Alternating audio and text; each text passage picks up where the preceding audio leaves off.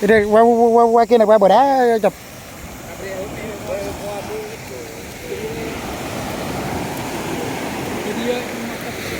Mười giờ về được. Hả? Đi là đi thăm bên đây là thêm tiền đấy. Đi nếu đây trên kia là thêm tiền, thêm 400 nữa. Thì mình đồng vai thử anh em nhiêu là chịu nó đi luôn. Đi là thăm là trong mai con nào là mình không kịp rồi. Ông ấy mai luôn. Hả? Thì ngày nay có thêm mai luôn đi các tiếng cho luôn. Chắc đây rồi. Đi Hỏi món kia thử. kịp xe mai lên. Một ta ép chết tao không bông hoại nó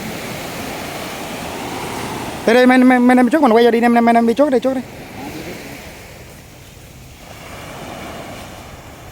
để trúng nước luôn, mấy em để trúng nước cho nó đẹp luôn, cảm dép luôn.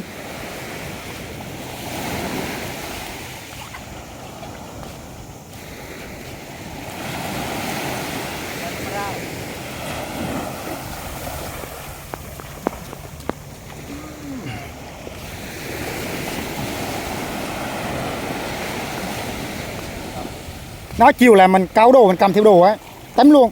Nó cạn lắm không sao đâu, nó ra lúc ở kia còn cạn mà.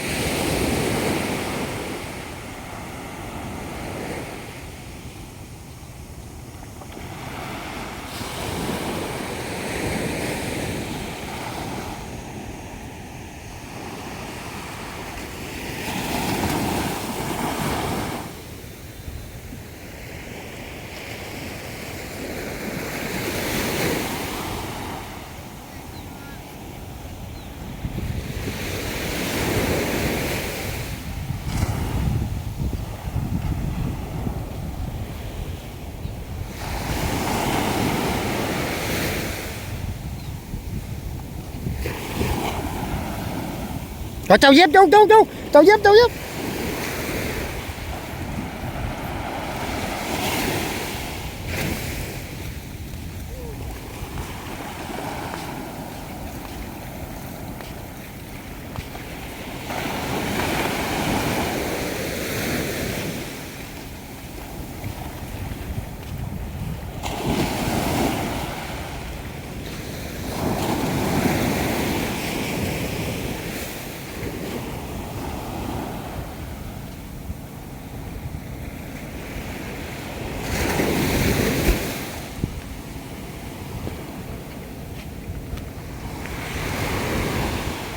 Đây là mối lỗ cong này, con cong á.